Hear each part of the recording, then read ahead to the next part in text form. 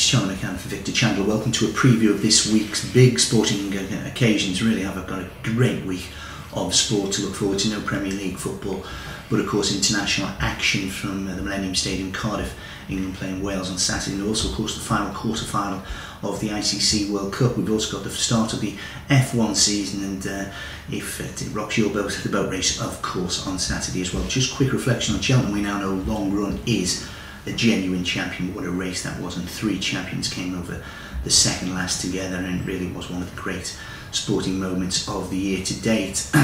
Jim Calotti was the last jockey to do the double of Gold Cup and Grand National in 2002 with Bindery, and best mate of course, and before that 1976 John Burke. So it would be some occasion for Samuel Cohen. Good luck to him. But Oscar time is now 12-1 for the Grand National from 14-1. What do we learn from this weekend? Now, United keep limping forward in their quest for another title. It's the 19th title.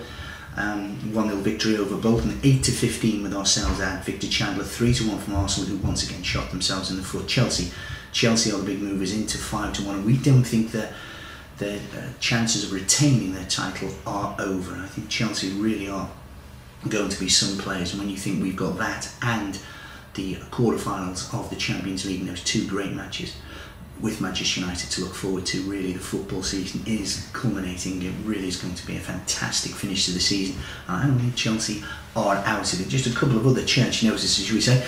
Port Vale boss sacked their boss Jim Gannon yesterday, Monday, and John Coleman, big market move of the Accrington Stanley boss, 20-1 into 3-1 last time. We've also got people like Brian Laws as well, Jeff Horsfield of course, who's spat, should we say, with Jim Gannon, brought this to act as a catalyst in this. He's a 7-2 shot, and Mark Grew is 5-1. He's on the drift from 4-1. But John Coleman, the Stanley boss, irony of course, they were beaten 3-0 at the Crown Ground, Accrington, at the weekend. But Gannon gone, Coleman the one for money there as well. We got the Winter Derby on Saturday in Nadib.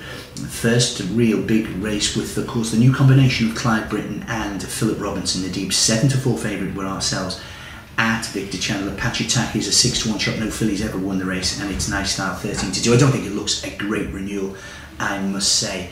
Going on then, we have the 4 quarterfinals. It's the win or go home with the best one in the world. Apart from England, the games haven't been too exciting in the ICC World Cup, but now we get to the knockout stage, and it's absolutely fascinating. Pakistan 8-15 should take care of Windies 6-4 up. Kamal Roach will be back, and of course Chris Gale. That's on the Wednesday. Thursday we've got this wonderful game between India, who are of course favourites for the World Cup, 4-6 against the Aussies. The Aussies of course beaten by Pakistan. They lost this long unbeaten record.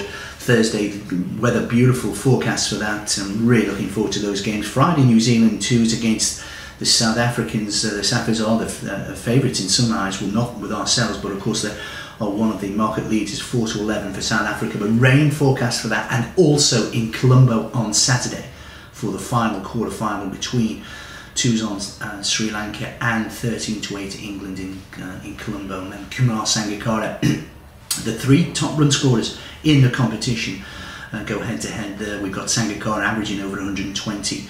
He's got most in second trot, and 3rd Strauss. But are we good enough? It doesn't matter, but it'll be fascinating to see. Really, I'm looking forward to that. And the fact is, we've now got it here, but it's win or go home. But to win the World Cup, we're going to have to win in Sri Lanka, and then probably win in India as well against maybe the Indians. It would be absolutely sensational when you consider we've been beaten by Ireland amongst others in the way there.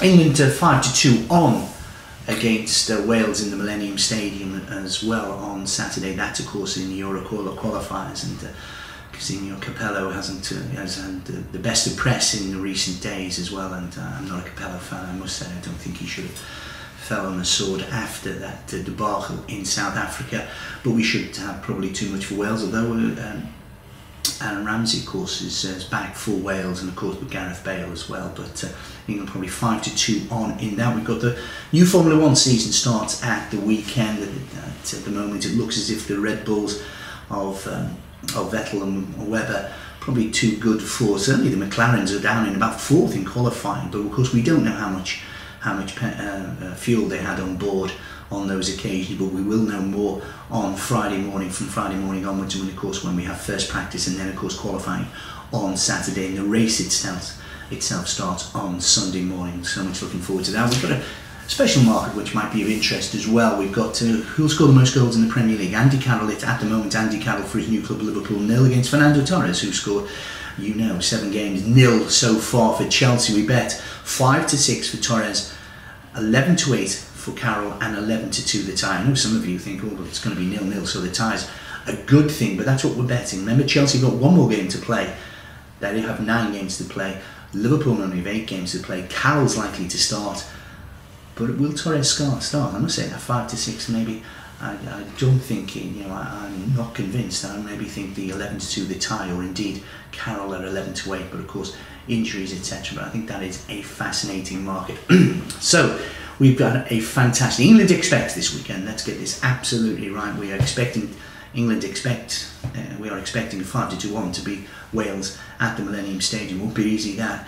Then we've got Colombo on the Saturday morning against Sri Lanka, of course one of the favourites for the Cricket World Cup. And in Dubai as well, later in the day, we have the Dubai World Cup, the richest race in the world. Henry Cecil, the great Henry Cecil. He's had a Cheltenham Festival winner last week with Plato. He has the favourite for the 2,000 guineas in the Derby, and he also on Saturday has the favourite for the richest horse race in the world, the Dubai World Cup. Good luck to Henry Cecil and good luck to everybody for this week. Be lucky. Bet now at victorchandler.com.